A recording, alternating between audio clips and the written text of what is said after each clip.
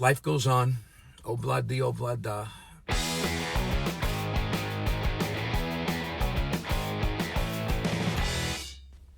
Hey, what do you hear? What do you say? My Facebook, YouTube, Twitter, Instagram, Google Plus, your sister's ass, the Pony Express. A very ticked off Vic here. You know what ticks me off? Saying goodbye. I don't mean saying goodbye to a loved one who has just passed on. It's not as bad as that, thank God. I'm not talking about saying goodbye. I'll see you tomorrow, or saying goodbye. I'll see you next week. I'm talking about the end of The Wizard of Oz saying goodbye. I'm talking about the final episode of MASH saying goodbye. I'm talking about Bogart and Bergman saying goodbye at the end of Casablanca. I'm talking about a gut-wrenching saying goodbye to a loved one. Let me explain. Me and my wife just came back from dropping my son off at the airport. He visited us for 2 weeks and eventually had to go back home, which is Scotland. Yes, Scotland.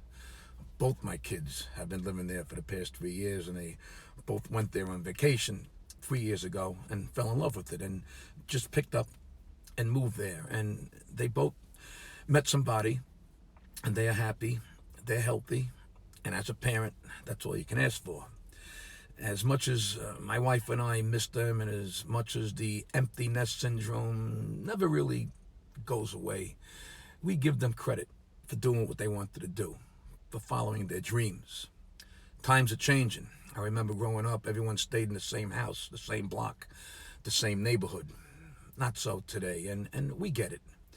We did have a nice system of visiting each other every few months, but the pandemic put an end to that. So we were blessed that he was able to visit us because he has an American passport. And even if he had to quarantine, he was at our house for over 2 weeks. Saying goodbye is a total 360 from saying hello, unless you're not crazy about the person you're saying hello to. When we picked up my son at the airport 2 weeks ago, it was a whole different feeling. It was a feeling of euphoria, knowing that he was just coming in. Just landed, and he'll be here for 2 weeks, and he'll be living with us. But somehow it seems like 2 weeks goes just as fast as the 30 plus years that went by from when I used to hold him in my arms and give him a bottle and rock him to sleep.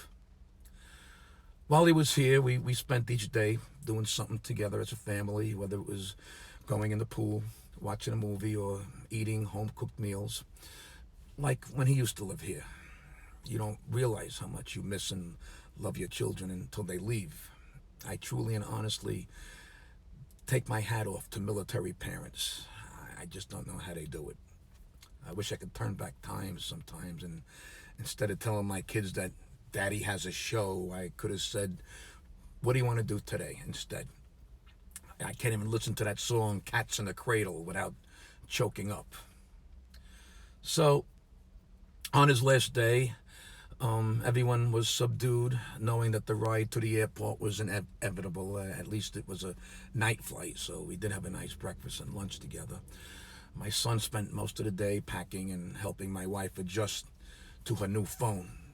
Kids are the best with technology. The car ride to the airport was quiet. The closer we all realized it was time to say goodbye, the more that sick, sour knot tightened in our stomachs. I didn't just want to drop him off, so I parked my car in the short-term parking, and we all went in with him to make sure he checked in okay. The airport was eerily quiet because of the pandemic. And he checked in a matter of minutes. So now was the moment. None of us wanted to come. We couldn't go with him past security, obviously, so my wife just grabbed him and hugged him, and she told my son that she loved him, and he told her he loved her, and they were both holding each other and holding back tears. And then it was my turn. I didn't want to cry in front of my wife and son, so I held in the tears as hard as I can, and I hugged my son, and I told him I loved him, and I had a flashback to when he was a baby, and I was holding him in my arms and rocking him to sleep. We watched him go through security and towards his gate. Me and my wife gave him a final wave, and then we both turned around and walked to the exit like two fucking zombies. When we got home, it was just us and the cat. That's the way it is these days. My wife is my best friend. She'll be with me to the end. We're proud that we raised two fine children who turned out to be two amazing adults. And they're both coming back in December, hopefully with their two Scottish companions if the restrictions are lifted. Life goes on. Obla di obla da. I just don't want to say goodbye again when they leave again. I like saying hello to them and not on FaceTime. Saying goodbye, that's what ticks me off.